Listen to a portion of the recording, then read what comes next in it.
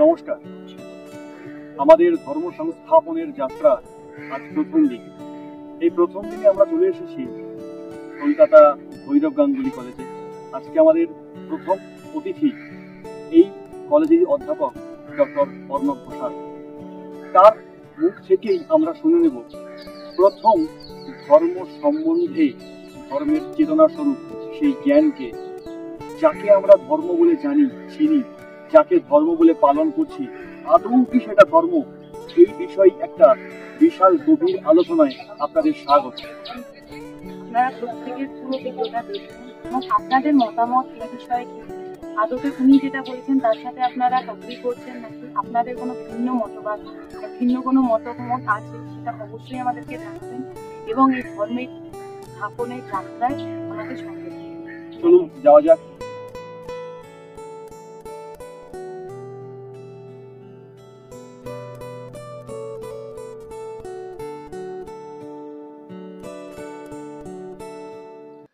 নমস্কার। আজকে আমরা স্পেশাল গেস্টকে পেয়ে গেছি, অতিথিকে পেয়ে গেছি, ডক্টর অর্ণব ঘোষাল। ইনি ভৈরব গাঙ্গুলি কলেজের বিশিষ্ট অধ্যাপক। এনার কাছ থেকে আমরা ধর্ম বিষয়ে, আজকের সনাতন ধর্মের যা অবস্থা, যেভাবে ধর্ম আজকে বিপন্ন হতে বসেছে, সেই ধর্মকে আমরা কিভাবে পুনরুদ্ধার করব এবং সেই ধর্ম সম্পর্কে মানুষের যা ধারণা, সেই ধারণাটা আদৌ কি সঠিক, এ বিষয়ে কিছু প্রশ্ন উত্তর আমরা জেনে নেব মহোদয়ের কাছ থেকে। তো সর্বপ্রথম স্যার, আপনার কাছে আমার প্রথম প্রশ্ন, ধর্ম বলতে আমরা কি বুঝি? দেখুন, ধর্ম বলতে আমরা একরকম বুঝি, কিন্তু সেটা বাস্তব নয়। মানে যেটা আমরা বুঝি ধর্ম বলতে, যে হিন্দু ধর্ম, মুসলিম ধর্ম, বৌদ্ধ ধর্ম, খ্রিস্ট ধর্ম, কিন্তু এটা বাস্তব নয়। বাস্তবটা কি? ধর্ম মানে হলো যাকে আমরা বলি ডিউটি, কর্তব্য, একদম। বা অন্য দিক থেকে ভাবলে ধর্ম মানে নৈতিকতা, যাকে আমরা এথিক্সও বলে থাকি। তো এটা একটু, যদি আমরা, এখন ব্যাখ্যা অনেকভাবে হতে পারে, যেমন আমরা ব্যাকরণগত ভাবে ব্যাখ্যা করতে পারি ধর্ম কি, ধাতু কি, প্রত্যয় ইত্যাদি, আমি এত বলা দিচ্ছি। খুব সাধারণ ভাবে বলতে গেলে ধর্মের যা আবিধানিক অর্থ, সেটা হলো এই। যেমন আমরা যদি একটু ধর্মশাস্ত্রগুলো দেখি, সেই ধর্মশাস্ত্রতে কখনো কিন্তু ধর্মের নাম উল্লেখ করে বলা নেই। আমরা যদি চিকিৎসা সংক্রান্ত বিষয় জানতে চাই, আমরা কোথায় যাই? চিকিৎসা শাস্ত্র। নিশ্চয়ই, একদম। বাস্তু সংক্রান্ত বিষয় জানতে বাস্তুশাস্ত্র, একদম। জ্যোতিষ বিষয় জ্যোতিষ শাস্ত্র, ঠিক। সাহিত্য জানতে সাহিত্য শাস্ত্র। তাহলে ধর্মকে জানতে, ব্যাখ্যা করতে ধর্মশাস্ত্র যেতে হয়। ধর্মশাস্ত্র আমাদের একটা লম্বা লিস্ট আছে ধর্মশাস্ত্র। 20টা ধর্মশাস্ত্র প্রধান আর 20টা উপধর্মশাস্ত্র। তার পাশাপাশি রয়েছে তার আবার প্রবন্ধ গ্রন্থ, ব্যাখ্যা গ্রন্থ, টিকা গ্রন্থ ইত্যাদি ইত্যাদি করে একটা বিস্তৃত ধর্ম সাহিত্য। ধর্ম বলতে গেলে আমরা মূল 40টি গ্রন্থকে পাচ্ছি এখানে। একদম। আচ্ছা, তো এই ধর্মশাস্ত্রগুলিতে যে ধর্মের কথা বলা হচ্ছে তা হলো মানুষ একেবারে জন্মের পূর্বকাল থেকে মৃত্যুর পরকাল পর্যন্ত কি করবে, কিভাবে করবে, কোনটা কর্তব্য, কোনটা কর্তব্য নয়, কোনটা আচরণ করা কর্তব্য, কোনটা আচরণ করা কর্তব্য নয়, কোনটা আমাদের ডিউটি, এইগুলোকে নির্ধারণ করেছে ধর্মশাস্ত্র। যেমন আমরা যদি একদিক থেকে দেখি পিতৃধর্ম, পুত্রের ধর্ম, স্ত্রীর ধর্ম। আমরা মহাভারতে, রামায়ণে প্রায় শুনি রাজধর্ম। রাজনৈতিক নেতারাও বলেন রাজধর্ম পালন করতে। এই রাজধর্ম, তো সেটা কি? রাজনৈতিক বা রাজপুরুষের যে ধর্ম, রাজার যে ধর্ম প্রজাদের প্রতি, সেরকম জ্যোতি ধর্ম আছে, সেরকম গৃহস্থের ধর্ম আছে। যে যে অবস্থায় আছে, যে যে পরিস্থিতিতে আছে, তার সেই পরিস্থিতিতে সেই অবস্থায় যেটা ডিউটি, সেটাই। আচ্ছা, তাহলে এই ধরুন আজকে যেরকম একটা ভাগাভাগি হয়ে গেছে ব্যাপারটা, এটা এরা হিন্দু, এরা হিন্দু ধর্ম, এরা মুসলিম, এটা মুসলিম ধর্ম, ওরা খ্রিস্ট, ওরা খ্রিস্টান ধর্ম অবলম্বন করে, তাহলে এগুলোকে এক কথায় কি বলা যেতে পারে? দেখুন, এগুলি হচ্ছে এক একটি মত। আচ্ছা, মত মানে মূল যে ধর্ম, এগুলোকেও আমরা ধর্ম বলে ফেলছি। কেন বলে ফেলছি? তারও কারণ আছে। তো মূল যে ধর্ম আমাদের কি করে না, আমাদের একটি নৈতিক পথে ধরে রাখে। সেই নৈতিক পথে ধরে রাখার জন্য আমাদের বিচ্যুতি হয় না। কোথা থেকে বিচ্যুতি হয় না? আমাদের লক্ষ্য থেকে। কি আমাদের লক্ষ্য সেটা জানতে হবে। মানে সেটা জানতে গেলেও আমাদের ভারতীয় বিদ্যায় প্রবেশ করতে হবে। ভারতীয় বিদ্যা বলছে আমাদের জীবনের লক্ষ্য হলো মোক্ষ। তো এই মোক্ষ নিয়ে অনেক কথা বলার আছে, আমি অত জায়গায় যাচ্ছি না। মূল কথা আমি যদি আধুনিক দৃষ্টিতে দেখি, মানবীয় বিকাশ।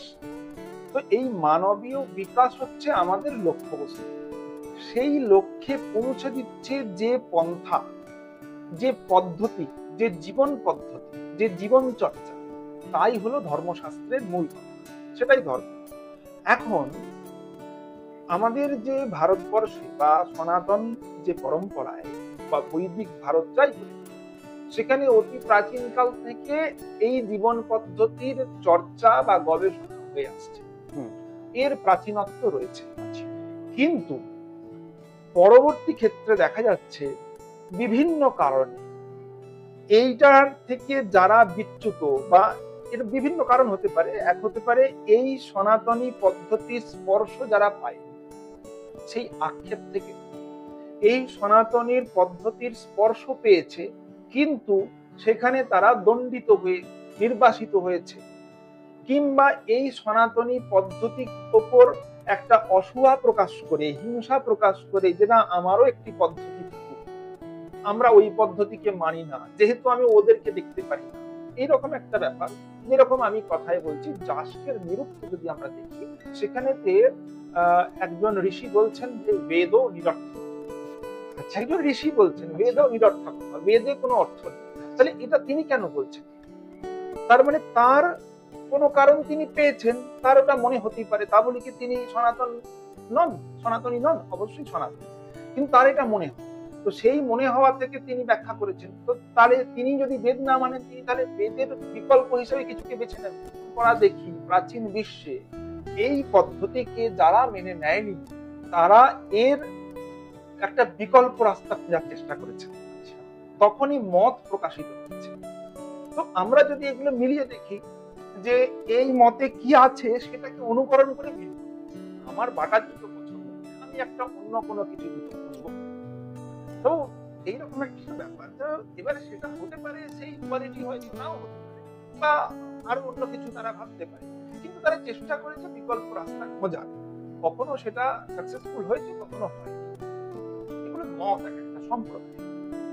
যদি এগুলো এক একটা মত হয়, সম্প্রদায় হয়, তাহলে সনাতনও কি একটা সম্প্রদায় না? হ্যাঁ, খুব ভালো প্রশ্ন। দেখুন, সনাতন কখনোই সম্প্রদায় নয়। সনাতনে সম্প্রদায় আছে। আচ্ছা, এটা এই কারণে আপনি এর তো যৌক্তিক দিকে আমি আসছি, তার আগে একটা সামান্য ছোট্ট উদাহরণ দিচ্ছি। অনেকগুলি প্রচলিত শ্লোক আছে সনাতন। আছে ইয়ং শৈবা সমুপাসতে শিব ইতি ব্রহ্মেতি বেদান্তিনো বৌদ্ধা বুদ্ধ ইতি প্রমাণপটব তর্কেতি নৈয়ায়িকাঃ অর্হন্নিত্যথ জৈন শাসনরতা কর্মেতি মীমাংসকাঃ শাস্ত্রৈলোক্য হরি হচ্ছে এরকম আছে প্রসেস। যাই হোক, তো সেই এই যে শৈবরা যাকে শিব বলছেন, বৌদ্ধরা যাকে বুদ্ধ বলছেন, প্রমাণপটব যে আমাদের নৈয়ায়িকরা যাকে বলছেন ঈশ্বর বা কর্তা জগতের, বৌদ্ধরা যাকে বলছেন বুদ্ধ, মীমাংসকরা যাকে বলছেন যজ্ঞ বা কর্ম, এই সমস্ত যাকে বলছেন তিনি বস্তুত ত্রৈলোক্যনাথ হরি, বা তিনি হচ্ছেন পরমেশ্বর। এটা আমরা বলি। তো সনাতন দেখাচ্ছে যে এখানে বিভিন্ন সম্প্রদায় থাকতে পারে। তাদের সম্প্রদায় মানে কি? যেটা প্রাচীন কাল থেকে যা অনুসরিত হয়ে আসছে তা হলো সম্প্রদায়। প্রাচীন কাল থেকে অনুসৃত হয়ে আসছে সেই সম্প্রদায়গুলির একটি মানে প্রামাণ্য রয়েছে, যে নির্দিষ্ট প্রমাণ অবলম্বন করে সেই সম্প্রদায়গুলি হয়ে আসছে, এবং তারাও সকলেই বিশ্বাস করে যে মূলত পরমেশ্বর তিনি মুক্ত। তো এই সনাতনে এই যে বিভিন্ন সম্প্রদায়, এগুলির মূল লক্ষ্য কিন্তু এক। যদি আপনি ওই আমাদের যেটা শিব মহিম্ন স্তোত্র আছে, ওখানে যদি আপনি আলোকপাত করেন, দেখবেন লেখা আছে রুচিনাং বৈচিত্রাদ ঋজু কুটিন নানা মতে দুষাম নৃণাম এইকো বামনা সমস্ত বয়সাম আরণবৈ। যে নানান নদী যেরকম বয়ে এসে সেই সমুদ্রে পতিত হয়, তেমনি বিভিন্ন সম্প্রদায় এসে সেই একই লক্ষ্যে পৌঁছে দেয়। সেগুলি সনাতনী সম্প্রদায়গুলির কথা বলা হয়। এই সুযোগে আমরা অন্যান্য সম্প্রদায়কে গুলিয়ে ফেলি। তাহলে কি আমরা এটা বলতে পারি যে বিভিন্ন সম্প্রদায়ের মূল লক্ষ্য আপনি বলছি মুখ্য না, একমাত্র সমাধানের মূল লক্ষ্যই হচ্ছে মুখ্য? তাহলে কি কোথাও না কোথাও বিভিন্ন সম্প্রদায় যারা ভাগ হয়ে বেরিয়ে গেছে তাদেরকে মুখ্যের জন্য পুনরায় সামরিক প্রবেশ করতে হবে? হ্যাঁ, এটা তো ঋষিদের বচন। ভারতবর্ষকে বলা হয় মুখ্যভূমি। একমাত্র মোক্ষের জন্য মানুষ চেষ্টা করতে পারে ভারতবর্ষে। তুমি সাধারণ অন্যান্য ধর্মের দিকে তাকিয়ে দেখো, যেগুলোকে আমরা বর্তমানে ধর্ম বলি, সম্প্রদায় বলি, তারা কেউই কিন্তু মুখ্যের কথা বলেন। তারা প্রত্যেকেই যে যার উপাসক সে তার সান্নিধ্যের কথা বলে। এমনকি ভারতবর্ষেও যে দ্বৈতবাদী সম্প্রদায় আছে তাদেরও বেশ কিছু সম্প্রদায় কিন্তু ওই রকমই তার সান্নিধ্যের কথা বলে, তার সান্নিধ্য লাভ করবে। আর অন্যান্য সম্প্রদায় মানে আমাদের বহির্ভারতের সম্প্রদায়গুলি, তারা তো বলে কিছু সুখের কথা, সুখ আর দুঃখের, পাপ আর পুণ্যের। তারা বলে যদি তুমি এই করো, আমাদের সিস্টেম মেনে চলো, তুমি পরলোকে গিয়ে একটা অ্যামাউন্ট সুখ ভোগ করবে, তুমি ভোগ করবে, তুমি এটা পাবে, এটা গিয়ে তুমি ওখানে এইভাবে খরচ করতে পারবে। একটা বড় লম্বা লিস্ট দেয় যে কি কি ভোগের উপকরণ ওখানে সাজানো আছে। ঠিক, আমি কিছুদিন আগে একটা রিলস দেখছিলাম, একটা ভিন্ন সম্প্রদায়, তো যেখানে বলা হচ্ছে কেবলমাত্র নারীর উদাহরণ দিয়ে বলা হচ্ছে যে যদি ভালো কর্ম করো তাহলে অমুক জায়গায় যাবে, অর্থাৎ যেটাকে আমরা স্বর্গ বলি সেরকম কোনো একটি জায়গায় যাবে। তো সেখানে গেলে অপসরা প্রতিদিন অনেক সুন্দর নারীদের পাবে। এবং যদি খারাপ কাজ করো বা অধর্ম করো তো তুমি নরকের মতন কোনো একটি জায়গায় যাবে। তো সেখানে গিয়ে তোমার ভাগ্যে জুটবে কুৎসিত, কালো, যারা দেখতে সুন্দর না, সেই রকম মহিলা তোমার ভাগ্যে জুটবে। তুমি বেশি কোথাও যেতে হবে না, যে আমাদের যে কঠোপনিষদ রয়েছে, কঠোপনিষদে ইয়ম নচিকেতা সুন্দর আছে একদম। তো ওখানে নচিকেতা যমের কাছে মুক্তি লাভের যে পথ জানতে চাইছে, আত্মবিজ্ঞান জানতে চাইছে। যম এই আত্মবিজ্ঞান অত্যন্ত বুঝিও বিষয়, অত্যন্ত গোপন বিষয়, সবার কাছে প্রকাশ্য নয়, যোগ্য অধিকারী বিচার করে তবেই কিন্তু এটা বলা হয়। তো নচিকেতা যখন যমকে পরীক্ষা নিচ্ছেন, তখন নচিকেতা যমকে এই যম নচিকেতাকে বলছেন যে তুমি কেন এই বরটা চাইছো? আমি তোমাকে প্রচুর সম্পত্তি দেব, যে সম্পদ তুমি সারা জীবনেও ভোগ করে শেষ করতে, তোমাকে সারা জীবনের যৌবন দেব, 100 বছর তুমি যুবক থাকবে এবং ভোগে সক্ষম হবে। স্বর্গে যে সমস্ত অপ্সরারা দুর্লভ, তেমন অপ্সরাদের তোমাকে দেবে। ঠিক আছে, এই যে কামা দুর্লভা মর্ত্য লোকে সর্বান কামাং ছন্দতম প্রাপ্তিস, যে সমস্ত কামনাগুলি মর্ত্যলোকে দুর্লভ, রাজার বাড়িতেও নেই, সেগুলো তুমি ছন্দ করে ইচ্ছা মতো প্রার্থনা করো, সব দিয়ে এর থেকে বড় কি অপর হতে পারে? তো তাতে নচিকেতা বলছেন স্বভাবা মর্ত্যস্য যদন্তকৈতৎ সর্বেন্দ্রিয়াণাম জরয়ন্তি তে। এরকম মানে এই অল্প বয়সের বালক, তার এরকম বিচক্ষণ বিচার বুদ্ধি, এটাই সনাতন। সে কি বলছেন? ওই বালক বলছে যে যে স্বভাবা মর্ত্যস্য যদন্তকৈতৎ, হে অন্তঃ, এবং তুমি যা কিছু আমাকে অফার করছো সেগুলো সব স্বভাবা। স্বভাবার অর্থ হচ্ছে মানে আগামীকাল পর্যন্ত থাকবে কিনা কোনো গ্যারেন্টি নেই। দেখতে পাচ্ছি মানুষ এত এত অর্থ ফ্ল্যাটের মধ্যে বন্দি করে দিচ্ছে, পরে ভোগ করবো। কিন্তু কি হলো, সংস্থা আসছে, ফ্ল্যাট সহ মালিক সহ অর্থ সব লুট করে নিয়ে চলে যাবে। কি ভোগ করবে? যে ভোগ করবে, যাকে ভোগ করবে, সবই চলে গেল কাছে। তাহলে আমরা কি জন্য জমাচ্ছি? স্বভাবা মর্ত্যস্য যদন্তকৈতৎ সর্বেন্দ্রিয়াণাম জরয়ন্তি তে। শুধু তাই নয়, শুধু যে কালকে পর্যন্ত থাকবে না তার গ্যারান্টি নেই এমনটা নয়, পাশাপাশি আরো কি না, সর্বেন্দ্রিয়াণাম জরয়ন্তি তে, ইন্দ্রিয়ের তেজকে নষ্ট করে, শরীরের তেজকে নষ্ট করে এই ভোগ। এই জন্য আমি ভোগকে চাইছি। তুমি যে ভোগ আমাকে অফার করছো সেই ভোগ চাইছি না। কি চাই?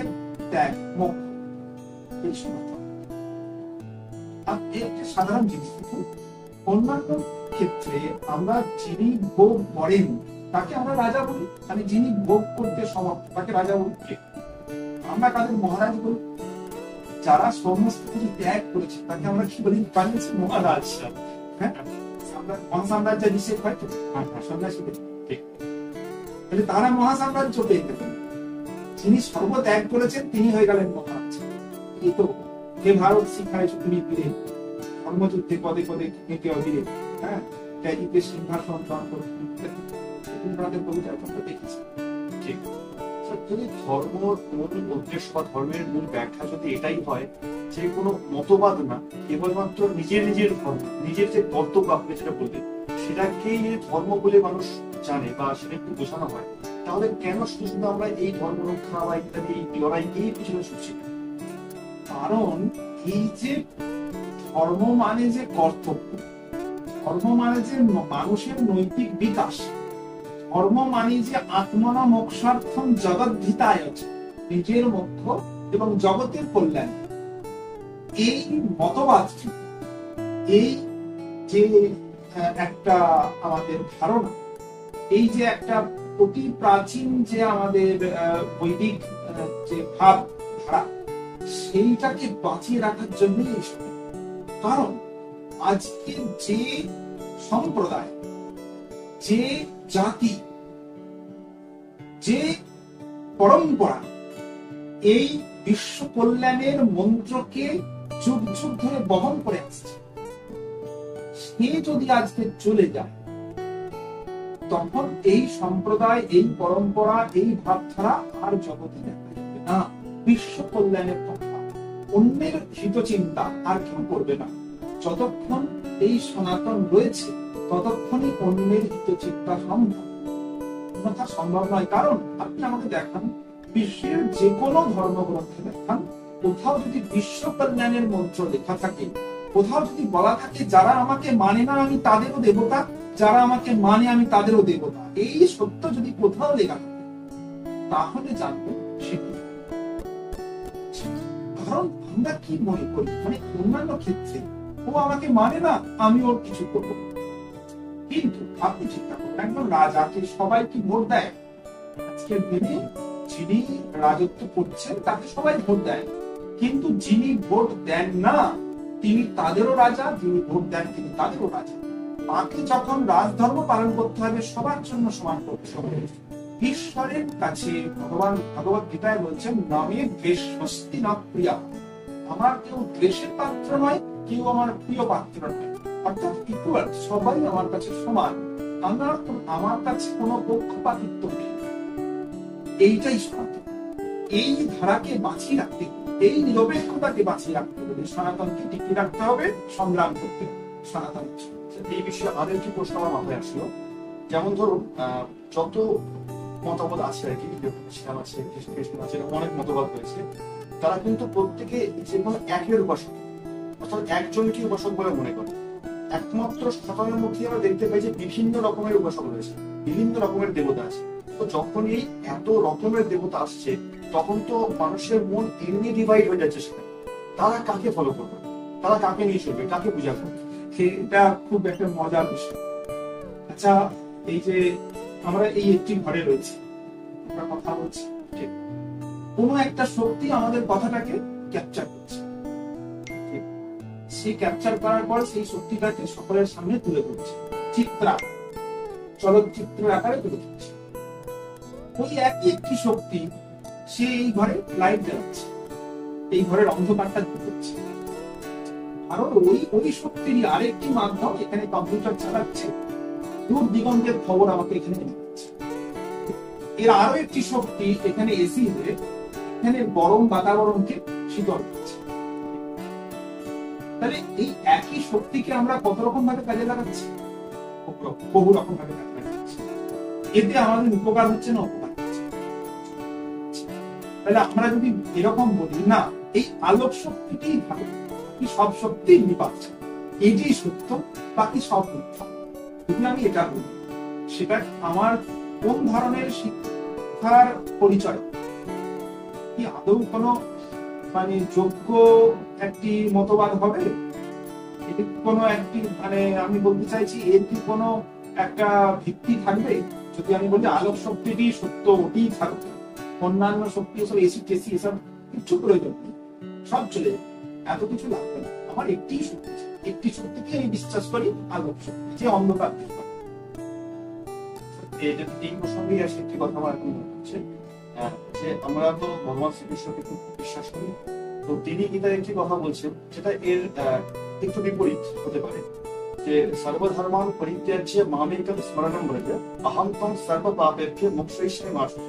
তিনি কিন্তু সেখানে নিজের কথাই বলছেন, অর্থাৎ আমাকেই ভজন করলে আমি সব দিকটা রক্ষা করবো এবং সমস্ত পাপ থেকে তাকে মুক্তি দেবো। তো তাহলে আমার এত দিকে যাওয়ার কি আদৌ কোনো প্রয়োজন আছে? আচ্ছা, ভগবান ভগবত গীতায় বলছেন সর্বধর্মান পরিত্যাজ্য মাম একং শরণং ব্রজ। আচ্ছা, এই কথা তিনি যেমন বলছেন তেমনি তিনি ওখানে তার অন্য ব্যাখ্যা দিচ্ছেন। তিনি বলছেন যে মত্তঃ পরতরং নান্যৎ কিঞ্চিদস্তি ধনঞ্জয় ময়ি সর্ববিদং প্রোতম সূত্রে মণিগণায়। এই কথা তিনি বলছেন। পাশাপাশি আরেকটি কথা বলছেন যে ইয়ো মাং পশ্যতি সর্বত্র, ইয়ো মাং পশ্যতি সর্বত্র, যিনি আমাকে দেখেন সবকিছু, সর্বং চ ময়ি পশ্যতি, সবকিছুকে আমার মধ্যে দেখেন। ঠিক আছে, এই দুটো কথাকে আমাদের যদি সামঞ্জস্য করি তাহলে আমাদের কাছে চিত্রটি স্পষ্ট। কিরকম না, ভগবান ওখানে বলছেন যে সবকিছু ছেড়ে দিয়ে আমাকে উপাসনা, সেই আমিটা কেমন হবে এটা কিন্তু কেউ নির্দিষ্ট করে দিতে পারে যে এই আমিটা বংশীধারী কৃষ্ণ হবেন না চক্রধারী মানে পুরুষোত্তম হবেন, নাকি তিনি গদাধারী হবেন, নাকি তিনি খর্গধারিণী হবেন, এটা কিন্তু কেউ নির্দিষ্ট করে দিতে পারেন না। ভগবত গীতাও তা নির্দিষ্ট করে দেননি। এখানে আমাদের বিশ্বাস করতে হবে যে প্রত্যেকটি শক্তি সত্য, এই প্রত্যেকটি শক্তির উৎস একটি শক্তি। যেমন এই যে আমি বললাম আলোক শক্তি, এখানে শীতলতা তৈরি করছে, এরও শক্তি, ওখানে চলচ্চিত্র তৈরি হচ্ছে, ওর শক্তি, এই সব কিছু শক্তির মূল উৎসটা কি তড়িৎ শক্তি, বিদ্যুৎ। সেই বিদ্যুৎ তার দিয়ে প্রবাহিত হওয়ার পর বিভিন্ন আউটপুটে গিয়ে বিভিন্ন রকম সে নিজেকে রকমারি ভাবে নিজেকে প্রেজেন্ট করছে। তো এর মূল উৎপত্তি কিন্তু তড়িৎ শক্তি। তো এখানে কিন্তু ওই সর্বধর্মান পরিত্যাজ্য অর্থাৎ বিভিন্ন উৎসমুখকে থেকে নিজেকে গুটিয়ে নিয়ে ওই মাম একং শরণং ব্রজ, ওই মূল উৎস পথের সন্ধান করতে বলা হচ্ছে। সেখানে যেরকম এইগুলি প্রত্যেকটি সত্য, সেরকম তার উৎসটি হচ্ছে মূল সত্য, এই কথা বলা হচ্ছে। কিন্তু কখনোই বলা যায় না যে এগুলি মিথ্যা, এই যে আমি এটাকে মিথ্যা বলি, সেটা কি বাস্তব? কখনোই মিথ্যা হতে পারে না। আমি সাক্ষাৎ দেখতে পাচ্ছি, মিথ্যা হতে পারে, মানে এরও প্রয়োজনীয়তা আছে। এই প্রয়োজনীয়তার সাপেক্ষে প্রত্যেকটি সত্যই সত্য। সেই হিসাবে আমরা যদি ভালোভাবে আলোকপাত করি, তো এই যে ধরুন আমি বলছি আমি আজকে পরীক্ষা দিচ্ছি, পরীক্ষা দিতে যাওয়ার সময় আমার মন না চাইলেও মা সরস্বতী স্মরণ করবে। আমি যুদ্ধ করতে যাব, আমি চক্রধারী কৃষ্ণ কিংবা মা মহাকালী বা হর হর মহাদেবের স্মরণ নেব। আমি যদি অর্থ কামনা করি, আমি নিশ্চয়ই তার জন্য মা সরস্বতীর কাছে প্রার্থনা করবো না, যে মানুষের কাছে প্রার্থনা করবো। এর মধ্যে ভুল কোথায়? আর এর মধ্যে এত মানে বিভ্রান্তিগত কিছু নেই। আমার যখন যাকে প্রয়োজন আমি সারা জীবন ভাত খাই বলে আমি সারা জীবন ভাত খাবো, অন্য কিছু খাবো না, এটা হতে পারে? অবাস্তব কথাবার্তা। যদি কেউ এরকম বলেন যে এটি সত্য অন্যগুলি মিথ্যা, তাহলে তুমি এতগুলি সাবজেক্ট করছো কেন?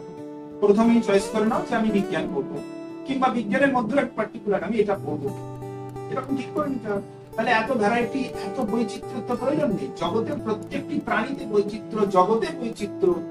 সামান্য একটি যদি আমি বাঘের প্রজাতি দেখি, বাঘের কত রকমের জাতি হতে পারে, তাহলে মানুষের মধ্যেও জাতি আছে, কত রকমের স্বাদ আছে, 6 প্রকারের স্বাদ আছে, এক প্রকার স্বাদ নয়। তাহলে জগৎ যেখানে বৈচিত্র্যময়, আমরা যেখানে বৈচিত্র্যময়, আমাদের 5টা আঙুল সমান নয়, 5টা আঙুলের 5 রকম কাজ আছে, 5 বায়ুর 5 কাজ আছে, 5 ইন্দ্রিয়ের 5 কাজ আছে।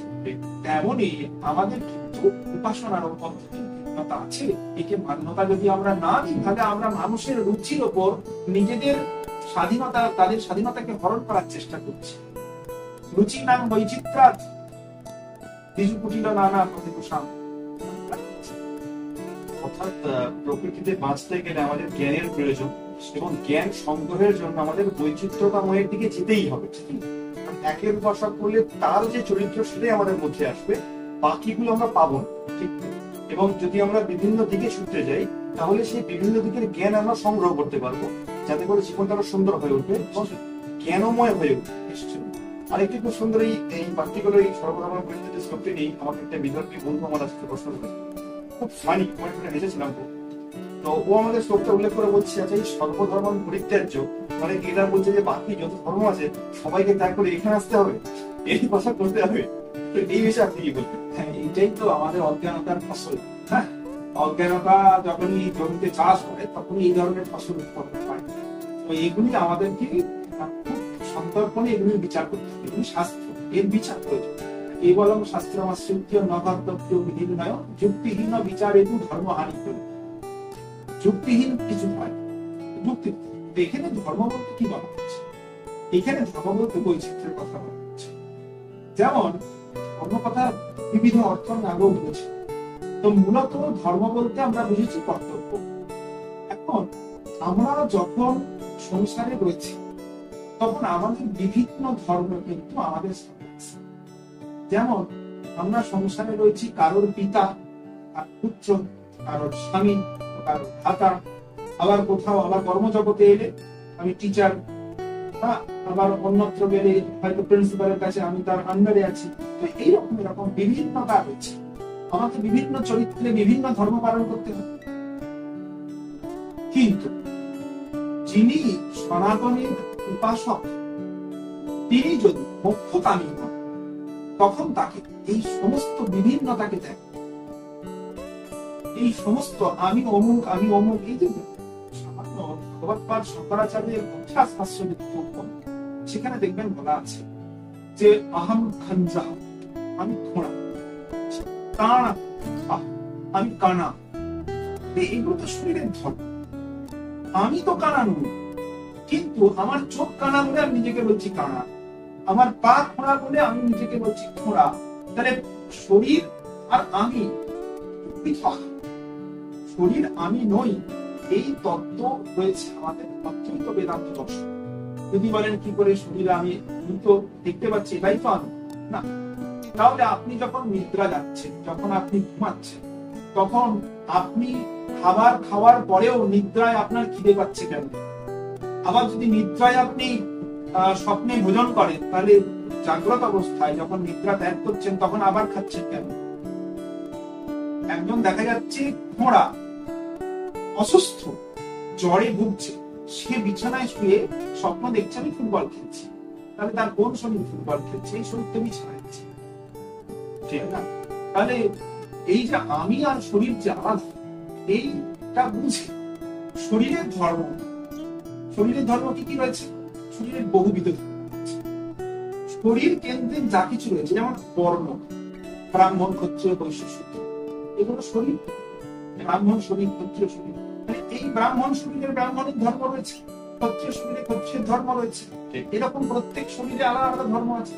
স্ত্রী শরীর, পুরুষ, স্ত্রীর আলাদা ধর্ম আছে, পুরুষের আলাদা ধর্ম আছে। আমি কোন আশ্রমে আছি, ব্রহ্মচর্য, বানপ্রস্থ, গারস্থ না সন্ন্যাস, কোন আশ্রমে আছি, সেই অনুযায়ী সেই শরীর তো তাই। কিন্তু আত্মা, আত্মা নির্বিকার, আত্মা এগুলোর সঙ্গে মানে নির্লেপ, এগুলোর সঙ্গে আত্মার কোন লিপ্ততা নেই। মনোবুদ্ধি অহংকার চিত্তানি নাহম নাচা শ্রদ্ধা যোগে নাচা ধ্যান মিত্রে, এই যে শরীর ধর্ম, ইন্দ্রিয় ধর্ম, এগুলিকে ত্যাগ ধর্ম সর্বধর্মান পরিত্যাজ্য মাম একম শরণং ব্রজসি। মাম একম কে? একম আত্মা, আত্মা একম অদ্বিতীয়, সেই পরমাত্মাকে অবলম্বন করতে ভগবদ্গীতায় অর্জুনকে বলছেন ত্রৈগুণ্য বিষয়া বেদা নিশ্চৈগুণ্য ভবার জন্য নির্দ্বন্দ্ব নিত্য সত্ত্বস্থ নির্যোগক্ষেম আত্মা। কি বলছেন যে ত্রৈগুণ্য বিষয়া বেদা, বেদ পর্যন্ত তুমি ত্যাগ করে দাও, সবকিছু ত্যাগ, বেদ হচ্ছে গুণাত্মক, তুমি সমস্ত কিছু ত্যাগ করে কথা প্রসঙ্গে তোমার নাম নাম তো যাই হোক, তো এই সমস্ত কিছু গুণত্রয় যেখানে রয়েছে, এই গুণত্রয়ার যে ধর্ম, সেই সবকিছুকে ত্যাগ করে গুণত্রয়াতীত হতে হচ্ছে, আত্মধর্মকে অবলম্বন করতে হচ্ছে। সেই জন্য নাম একাম শরণম। এর প্রমাণ কোথায় পাবো? পুরুষোত্তম যোগে চলে যাবো। পুরুষোত্তম যোগে ভগবান বলছেন যে পুরুষোত্তম যোগ ত্রয়োদশ অধ্যায় ক্ষেত্র ক্ষেত্রজ্ঞান ভাগ, সেখানে বলছেন যে ইদম শরীরম কৌন্তেয় ক্ষেত্রম ইত্যবিধীয়তে এতদিজো বেত্তিতম প্রাহু ক্ষেত্রজ্ঞ ইতি তদ্বিদম উত্তম পুরুষস্পন্যম পরমাত্মেত্যুদাহৃত যো লোকত্রয়মাবিশ্য বিভক্তব্যায়ুষ। এই উত্তম পুরুষ অন্য পরমাত্মা ইত্যুদাহৃত, এই উত্তম পুরুষ অর্থাৎ পুরুষোত্তম, তিনি অন্য, তিনি হচ্ছেন পরমাত্মা, তিনি এক। তাকে অবলম্বন করতে বলা হচ্ছে। কাজেই শরীর ধর্ম, দেহ ধর্ম, ইন্দ্রিয় ধর্ম, এই বর্ণ ধর্ম, সমস্ত কিছুকে ত্যাগ করে তুমি যখন মোক্ষ পথগামী হবে, সবকিছুকে ত্যাগ করে তুমি আত্মলব্ধন করবে, এই কথা। অতএব তার মানে যদি আমরা এই সর্বধর্ম পরিত্যাগ চোখে দেখি, এটা একের কথা আত্মার কথা বলা হয়েছে এক কথা ধরতে গেলে। তাহলে যদি বিভিন্ন মতাবলম্বী যারা রয়েছেন তারা যদি এই পথ অনুসরণ করে, সেই মতের মধ্যে থেকেও তারা সেই পরম প্রাপ্তি করতে সক্ষম, অবশ্যই সক্ষম। আর এই পথে অনেকে মনে করেন যে এই ধর্মে আসতে গেলে এই করতে হবে, এই ধর্মে আসতে গেলে এই করতে হবে, কিছু নেই। মানুষ যেই মাত্র, প্রত্যেকটি মানুষ জন্ম মাত্রই তিনি সনাতন। কি করে? ভগবত গীতায় ভগবান বলছেন মমৈবাংশ জীবলোকে জীবভূত স্নান মনঃষষ্ঠান্দ্রিয়াণি প্রকৃতিস্থানে। এই সকলেই আমার অংশ, সবাই আমারই অংশ। তাহলে তার মধ্যে ত্রয়ীময়ী চান্যা ত্রৈপো বিষ্ণু ব্যর্থম একই বিষ্ণু বর্তমান। ভগবান বলছেন আমার অংশ জগতে রয়েছে। কাজে এক ধর্ম থেকে অন্য ধর্মে আসতে হবে, ওই ধর্মে চলে গেল, এই ধর্মে এলো না, শুধু তাকে মোক্ষকে চিন্তা করতে, মোক্ষ আমার লক্ষ্য, এটা যে মনে করবে সেই। তার মানে কি এটাই অর্থ দাঁড়ালো যে সনাতন ছাড়া আর কোনো ধর্মই নেই পুরো বিশ্বে? এটাই তো স্বাভাবিক। বাকিগুলো তো মত মানে একটা সম্প্রদায়, তারা মনে করছে এটা, তারা ওইটা নিয়ে অন্বেষণ করছে। যেহেতু এইটি আদি, এটি প্রাচীন, এখানেই ধর্মতত্ত্ব ব্যাখ্যা করা হয়েছে। ধর্ম কথাটি প্রথম এখানেই দেখা গেছে। পরবর্তীকালে যখন এর বিকল্প চিন্তা করে কেউ কিছু করেছেন, সেটি কেউ একটি ধর্ম নাম। বাস্তবিক পক্ষে যদি ধর্ম চর্চার নিয়মাবলী সেখানে না থাকে, সেটি ধর্ম হবে না। ধর্মচর্চার নিয়মাবলী কি? ধর্ম কাকে বলে? ধর্মের 10টি লক্ষণ রয়েছে। সেই 10টি লক্ষণ যে মেনে চলবে সেগুলো ধার্মিক, অর্থাৎ তিনি ধর্মে আছেন। যেমন এই 10টি লক্ষণ বলা হচ্ছে মনুস্মৃতিতে। স্মৃতি, সমা, দম, অস্তেয়, শৌচম, ইন্দ্রিয় নিগ্রহ, ধী, বিদ্যা, সত্যম, অক্রোধ, দশকম ধর্ম লক্ষণ। তিনি বলছেন ধৃতি, ক্ষমা, ক্ষমাশীল, দম, বহিরিন্দ্রিয়ের নিগ্রহ, মানে বহিরিন্দ্রিয় মানে এই চক্ষু, কর্ণ, নাসিকা, জিহ্বা, ত্বক, বাক, পানি, পাদক, উপস্থ, বায়ু, এইগুলির নিগ্রহ, এগুলিকে কন্ট্রোলে রাখা। আর ধৃতি, ক্ষমা, দম, অস্তেয়ম, চুরি না করা। শৌচম, ধৃতি, ক্ষমা, দম, স্তেয়ম, শৌচম, শুচিতা, পবিত্রতা, পরিচ্ছন্নতা। শৌচম, ইন্দ্রিয় নিগ্রহ, অর্থাৎ মনের শাসন, মনকে কন্ট্রোলে রাখা। ধী মানে বিবেক বুদ্ধি, বিচার করার, ভালো মন্দ, ন্যায় অন্যায়, এই যে বিচার বুদ্ধি। বিদ্যা, সা বিদ্যা বিমুক্ত, পথর যে বিদ্যা, মোক্ষ লাভের যে উপায়, তাই সেই সংক্রান্ত যে বিদ্যা, সেগুলি হচ্ছে বিদ্যা। সত্যম, সত্যবাদিতা, অক্রোধ, ক্রোধ না, এইগুলি হলো এইগুলি যে সম্প্রদায় মেনে চলে তারা ধার্মিক। আচ্ছা, অর্থাৎ এই 10টি লক্ষণ যে মানুষই মানবে সেই ধার্মিক। আর আরেকটা স্যার বিষয় হচ্ছে যে এই সনাতনী বা সনাতন আর এই হিন্দু, এই দুটো শব্দ নিয়ে একটা বিরাট বড় কন্ট্রোভার্সি চলে, যে হিন্দু শব্দটা আসলো কোথা থেকে? হিন্দু প্রদীপ দিক থেকে এখান থেকে একটা কথা উঠে আসে যে এখান থেকে হিন্দু শব্দ এসেছে। এটা কতটা সঠিক? এখন এই প্রসঙ্গে অনেক গবেষণা রয়েছে, এই প্রসঙ্গে অনেক গবেষণা রয়েছে, দু তিনটি মত রয়েছে এবং সেই মতগুলির মধ্যে আপাত বিরোধিতাও রয়েছে। তবে হিন্দু যে সনাতনের নামান্তর এ বিষয়ে কোনো কিন্তু সন্দেহ নেই। সনাতনই যে হিন্দু, হিন্দুই যে সনাতন, এখন সনাতন নামটা পরবর্তী ক্ষেত্রে যখন আমরা, এটা দুটো মতের একটি কথা বলা হচ্ছে যে হিমালয় সমারম যাবলিঙ্গু সরোবরম, হ্যাঁ, এই যে হিমালয় থেকে সরোবর পর্যন্ত যে সেখানে বসবাসকারীদের হিন্দু। আবার অন্য মত বলছে যে সিন্ধু তীরবর্তী যে সভ্যতা, হ্যাঁ, সেটা হিন্দু বলা হচ্ছে।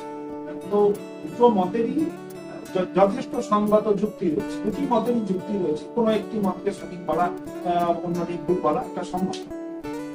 সেই জন্য ওই বিতর্কে না গিয়ে আমি এটাই বলবো যে সনাতন বা বৈদিক আমরা বিভিন্ন যে ভট্টকুমারী বা আমাদের বিভিন্ন যে ধর্মশাস্ত্রগুলিতে মনুস্মৃতিতে যেগুলো পাবো দ্বিতীয় অধ্যায়, এই ধর্মকে বলা হচ্ছে বারবার যে বৈদিক বা সনাতন ধর্ম। আর বলা হচ্ছে মানব ধর্ম। মানব ধর্ম কেন বলা হচ্ছে? মনু প্রবর্তিত ধর্ম। মনু কে ছিলেন? ব্রহ্মার পুত্র, সেই হিসাবে তো মানস পুত্র বলা হয়, সেই হিসাবে এই মানব ধর্মের কথা। সনাতন শব্দের আক্ষরিক অর্থ যদি করতে যাই আমরা কি পাবো? সনাতন কথাটি বারবার বিভিন্ন আমাদের ধর্মশাস্ত্রে, ভগবদ্গীতা, বেদ, পুরাণ, রামায়ণ, মহাভারত সব জায়গায় পাওয়া যাচ্ছে। এই কথাটি বিভিন্ন অর্থে ব্যবহার হচ্ছে। সনাতন বলা হয়েছে ধর্মকে। কেন সনাতন বলা হয়? না, এই ধর্ম বা এই কর্তব্য যে ব্যবস্থা, এই মানবীয় উত্তরণের যে পদ্ধতি, এই জীবন পদ্ধতি, এর প্রাচীনত্ব সম্বন্ধে ধারণা করা যায়। তবে এই জীবন পদ্ধতি কে তৈরি করে গেছে এটা বলা সম্ভব। অতি প্রাচীন কাল থেকে এই জীবন পদ্ধতি চলে আসছে ঋষি পরম্পরায়। এই ঋষি পরম্পরায় অনাদিকাল থেকে চলে আসার জন্য এর নাম ধর্মের নামটি সনাতন। আবার সনাতন বলা হচ্ছে ঈশ্বর, ঈশ্বরকে সনাতন বলা হচ্ছে। কেন? না, আমরা বিশ্বাস, আমাদের দর্শন শাস্ত্র অনুসারে ঈশ্বরের কোন সৃষ্টি বা ধ্বংস নেই, ঈশ্বর আদি কারণ। তাই তিনি সনাতন। সনাতন মানে যা, মানে যা সৃষ্টি এবং ধ্বংসের বাইরে, যার উৎপত্তি আছে তারই ধ্বংস আছে। জগতে প্রত্যেকটি ধর্মমতের উৎপত্তি হয়েছে, যেগুলো আমরা আজকে ধর্ম বলে আমরা সময়কাল পাই একটা সময়কাল, কিন্তু আমরা নির্দিষ্ট করে বলতে পারি না এই সনাতন বৈদিক ধর্ম কোন সময়। আমরা কেউ বলি, অনুমান করি হরপ্পা মহেঞ্জোদারো সময়, কেউ বলি বৈদিক সভ্যতা এই সময়কাল, সবটাই আনুমানিক। কিন্তু তার আগে কি ছিল? এই ধর্মই ছিল, এটা পরম্পরা ক্রমে চলে আসছে। আমরা তো বৈদিককেই প্রথম ধরছিলাম, কিন্তু তারপরে যে আমরা হরপ্পা মহেঞ্জোদারো পেলাম, সেখানেও আমরা এই মূর্তি পূজা, এই শিবলিঙ্গ, এই পশুপতি যে মূর্তি ইত্যাদি ইত্যাদি পেয়ে গেলাম। এর কোনো অনাদিকাল থেকে চলে আসছে। আবার যেমন তাহলে ঈশ্বরকেও বলছি সনাতন, ধর্মকেও বলছি সনাতন, আর যেটি সনাতন প্রধান বলা হয় তা হলো ভগবদ্গীতায় বলছেন সর্বগত স্থান রচালো ইয়ং সনাতন। অর্থাৎ সনাতন শব্দের অর্থ যদি আমরা এভাবে বুঝতে চাইছি, যার আদি নেই অন্ত, যে সর্বদাই একটা জায়গায় স্থির, যাকে বলে এটাই হয়, তাহলে সনাতন ধর্মের উপরই বারবার এত রকম ভাবে হামলা বা আক্রমণ কেন হয়? বারবার এই ধর্মই কেন বিপর্যস্ত হয়? এটা আমাদের দুর্ভাগ্য, এটা আমাদের দুর্ভাগ্য যে চিরকালই। আচ্ছা, আমরা জানি গ্যালিলিওর কথা জানি। হ্যাঁ, নিশ্চয়ই। গ্যালিলিও কি ক্ষতিটা করেছিলেন? না, কার কি ক্ষতি করেছিলেন? গ্যালিলিওর উপর দণ্ড হয়েছিল, চার্চ তাকে দণ্ড দিয়েছিল। তার দোষ কি ছিল? তিনি বিজ্ঞানী হয়ে সত্যি কথা বলেছেন, তাই না? আবার একটি কথা আছে যে আপনা মাসে হরিণা হরিণ, নিজের সুস্বাদু মাংসের জন্যই হরিণ জগতের সত্যি। ঠিক আছে, হরিণ দেখলেই বাঘ ঝাঁপিয়ে পড়ে, কেন? তার সুস্বাদু মাংসের জন্য। হরিণের সেটাই দোষ। সনাতনের দোষ হচ্ছে যে সনাতন পন্থীরা ক্ষমাশীল। এই ধর্মের প্রধান ভিত্তি হচ্ছে ক্ষমা। যে ভারত তুমি শিখাইছ বীরে, ধর্মযুদ্ধে পদে পদে ক্ষমিতে অবীরে। এখানে বীর অবীরকে ক্ষমা করে, এটা তার উপর আক্রমণের দ্বিতীয় কারণ। তৃতীয় কারণ কি? সনাতনের বিপুল জ্ঞান ভাণ্ডার। সনাতন কখনোই উপবাদীর চিন্তা করেন, জ্ঞানের চিন্তা করছে। সনাতন কখনোই আক্রমণের চিন্তা করেন, অন্যকে ক্ষমা করে তার মুখে অন্ন তুলে দেওয়া, তাকে জ্ঞান সঞ্চার করে তার মধ্যে মোক্ষ বাসনা তৈরি করার চেষ্টা করছে, শান্তি। তো এই সমস্ত কারণে আমরা যদি দেখি, একটি সহজ উদাহরণ হচ্ছে নালন্দা বিশ্ববিদ্যালয় ধ্বংস কেন হল? অনেকেই আমরা জানি, অনেকে আমরা জানি। ইখতিয়ার উদ্দিন মোহাম্মদ বখতিয়ার তার পেটের অসুখ, সেই পেটের অসুখে তিনি খুবই ঘুরে, তার হাকিমরা অনেক চেষ্টা করেও তার পেটের অসুখ ভালো করতে। তিনি যুদ্ধযাত্রা থামিয়ে কিছুদিন ক্যাম্প করে থেকে যান, যুদ্ধযাত্রা করতে পারছেন না তার অসুস্থতার জন্য। এমত অবস্থায় তিনি জেনেছেন যে নালন্দা বিশ্ববিদ্যালয়ে অনেক আয়ুর্বেদাচার্যরা রয়েছে যাদের অবিস্মরণীয় ক্ষমতা রয়েছে, অভাবনীয় ক্ষমতা রয়েছে। তো তিনি নালন্দা বিশ্ববিদ্যালয়ে দূত পাঠান এবং বলেন যে করতেই হবে, ওনাকে সুস্থ করতেই হবে, করতে পারলে ভালো, না করতে পারলে শিরশ্ছেদ। তো এবং নালন্দা ধ্বংস করে দেন যদি না ঠিক করতে। তো তারপরে ওখান থেকে বসুবন্ধুর নাম অনেকেই শুনেছে, তার গুরু তিনি গিয়ে ওনাকে সুস্থ করে দেন। তাও আবার তিনি শর্ত দিয়েছিলেন যে এমন ভাবে সুস্থ করতেন যে আমি তার দেওয়া কাফেরের দেওয়া তার হাতে কোনো ওষুধ খাবো না, তারপর আমাকে সুস্থ করতে। অত্যন্ত সূক্ষ্ম চিন্তার দ্বারা তিনি তার ওষুধ ভালো করে দিয়েছিলেন 10 দিনে। এইটা দেখে তিনি অসূয়া প্রকাশ করতেন যে আমার হাকিমরা এখনো যেটা করতে পারল, তো বিনা ওষুধে সেটা করে দিল। এই প্রতিহিংসা করার তিনি নালন্দাকে সম্পূর্ণ ধ্বংস নিশ্চিহ্ন করে। নালন্দা খুঁজতে সময় লেগেছিল 6 মাস। ওখানে আচার্যদের, ছাত্রদের জ্যান্ত পুড়ে গেছে, পুড়েছিল কোটি কোটি পুঁথি, স্তূপাকার। তার সেই শিখা ছিল একদম পাহাড় প্রমাণ। এইভাবে নালন্দা ধ্বংস হয়েছে। একটু আক্রমণ সনাতনের নিশ্চয়ই। এই আক্রমণ কেন? আমরা কি অনুমান করছি? বা আমাদের ভারতে এসেছিলেন কাকে? এই বড় প্রশ্ন। যে এসেছিলেন এইটাই যে এখানে মানুষ ক্ষমাশীল, সহসা অস্ত্র ধরে কাউকে আক্রমণ করে।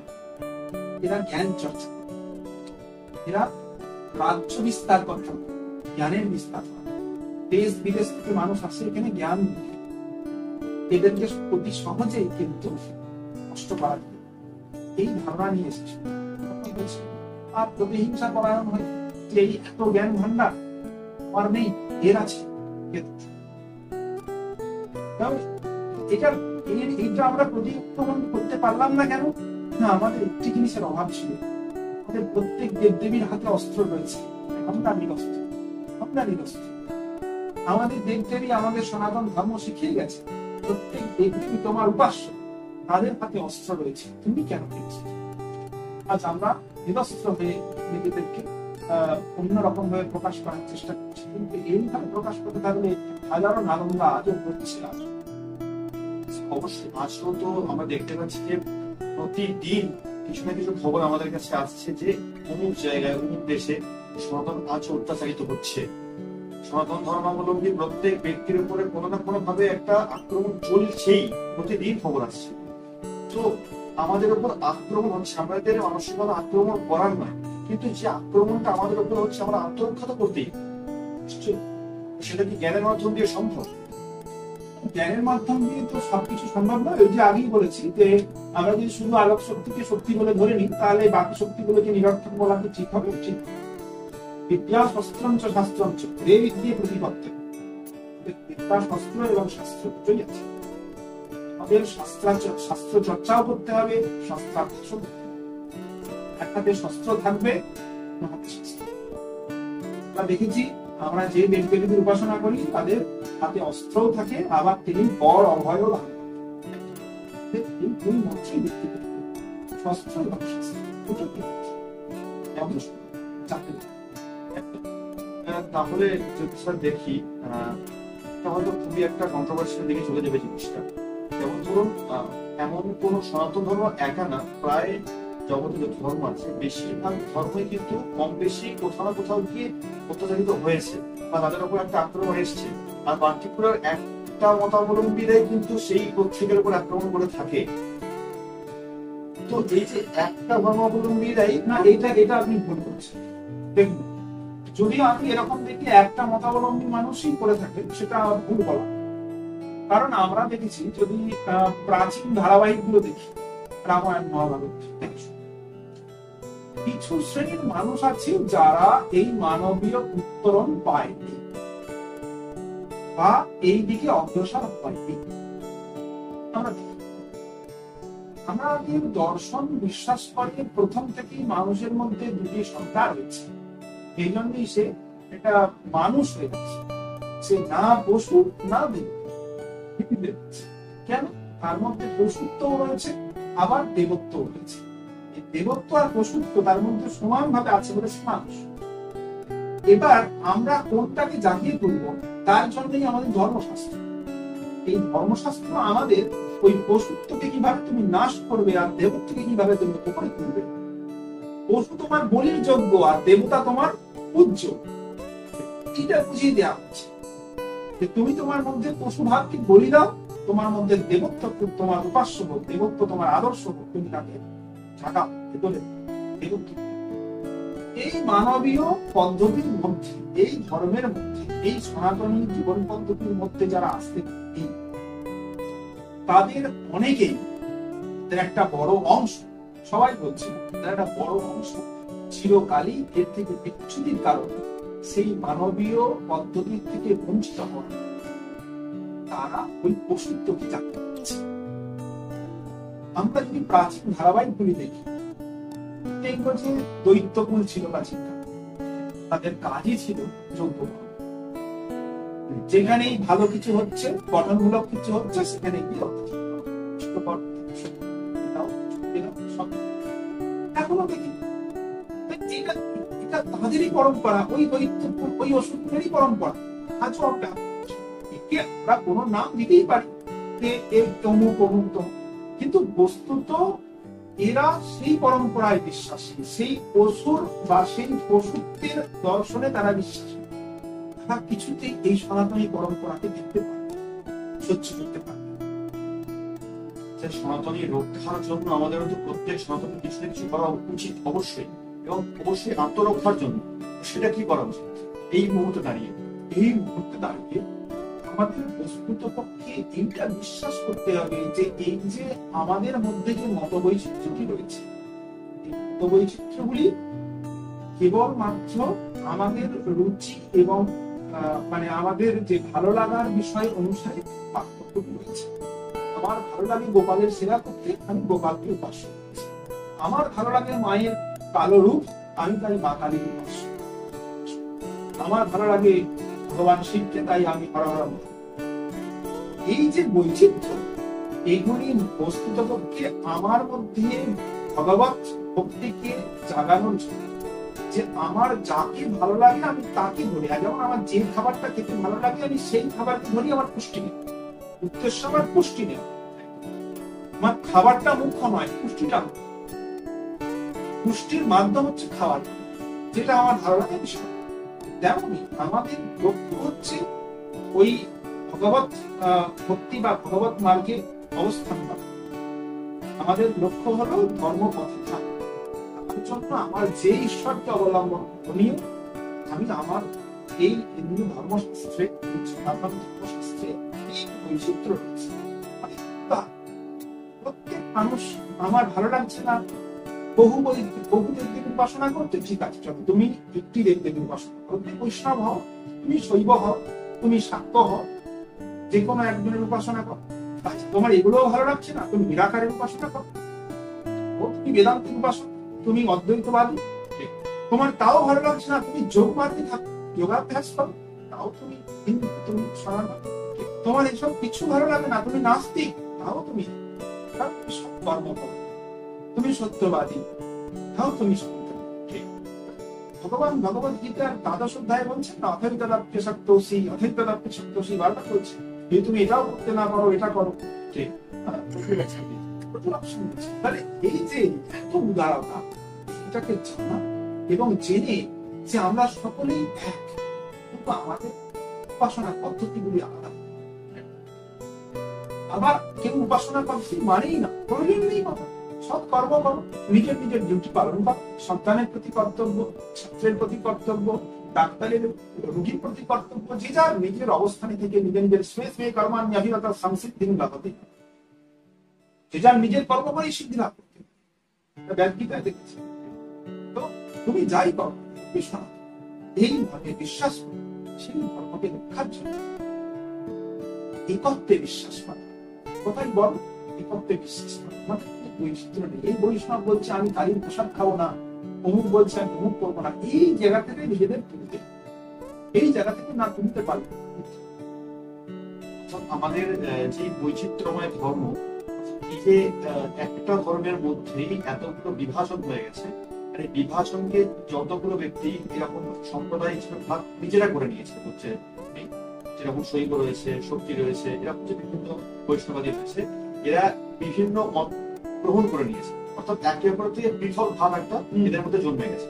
এই পৃথক ভাব থেকে উঠে প্রত্যেককে এক হয়ে কাজ করতে হবে, ঠিক? এবং যদি আমরা এই একতা ভাবে কাজ করি, তাহলেই একমাত্র সন্তানকে পুনরুদ্ধার করা সম্ভব, তাকে রক্ষা করা সম্ভব। আমাদের একটা আঙুল কি কোনো কাজ করতে পারে? ঠিক, পাঁচটা আঙুল এক হলে এই মুষ্টি দিয়ে অনেক কাজ করতে পারে, অসাধ্য সাধ্য। আমাদের মুষ্টি মধ্যে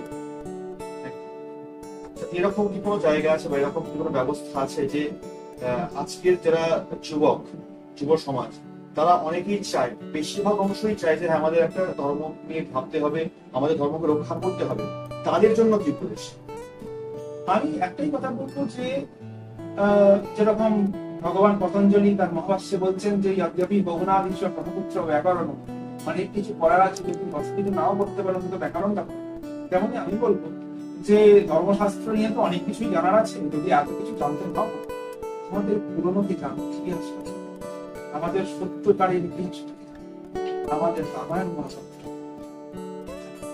এখন তো অত বইপত্র পড়ার সময় কারণে ব্যস্ততম জীবনে, তো তার কোনো সহজ পদ্ধতি যেটার মাধ্যমে আমরা প্রত্যেকের বাড়িতে প্রত্যেকের মধ্যে সেই জ্ঞানকে পৌঁছে দিতে পারি? হ্যাঁ, হতে পারে যেরকম এই যে ইউটিউব চ্যানেলের মাধ্যমে ছোট ছোট গল্পের আকারে আমরা ছোট ছোট মানে বাচ্চাদেরকে, ধরুন আমরা একটা কোনো জন্মদিনে পাঠিয়ে এবারে উপহার নিয়ে যাই, তার জন্য এমন কিছু নিয়ে যাই যার দ্বারা এই সনাতনী জ্ঞান তার মধ্যে বিন্দুমাত্র হলেও পৌঁছাবে। ঠিক, এরকম ছোট ছোট কাজগুলির মাধ্যমে আমরা যে বিভিন্ন রকমের মানে নাম রাখি, তার মধ্যে আমরা চেষ্টা করি একটু সনাতনী অবলম্বন করতে, যার মধ্যে মানুষের জিজ্ঞাসা তৈরি হবে যে এটা কেন, তখন আমি করতে পারবো। ছোট ছোট যে কাজগুলো করছি তার মধ্যে আমার সেই চিহ্নকে রাখি, যাতে করে আমরা যখন আলোচনা করছি, চর্চা করছি, তার মধ্যে আমরা একে রাখি, এই সনাতনী বিষয়কে রাখি।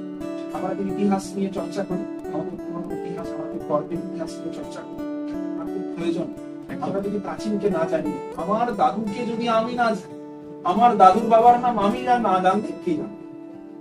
ঠিক, আর কারো তো দায় পড়ে যায়নি আমার দাদুর বাবার নাম জানতে।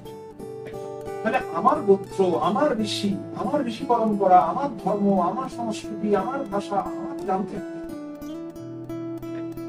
তো অতএব আমাদের ধর্মের উপর যে এইরকম অত্যাচার দীর্ঘদিন ধরে চলে আসছে এবং এখনো চলছে, এর রক্ষার উপায় মহোদয় যেটা বললেন সেটা হচ্ছে আমাদের যেরকম নিজেদের অজান্তে যে মতগুলো বেরিয়ে গেছে এবং তারা ভিন্ন প্রকারে কাজ করছে এবং একে অপরের থেকে পৃথক বলে মনে করছে, সেই জায়গা থেকে বেরিয়ে এসে আমাদের প্রত্যেককে এক হয়ে কাজ করতে হবে এবং বিশেষ করে আজকের যুব সমাজ তাদের চেষ্টা করতে হবে তাদের যে পরবর্তী প্রজন্ম তাদেরকে ভারতীয় প্রাচীন পরম্পরায় শিক্ষিত করা, এটাই আমাদের উদ্দেশ্য ছিল।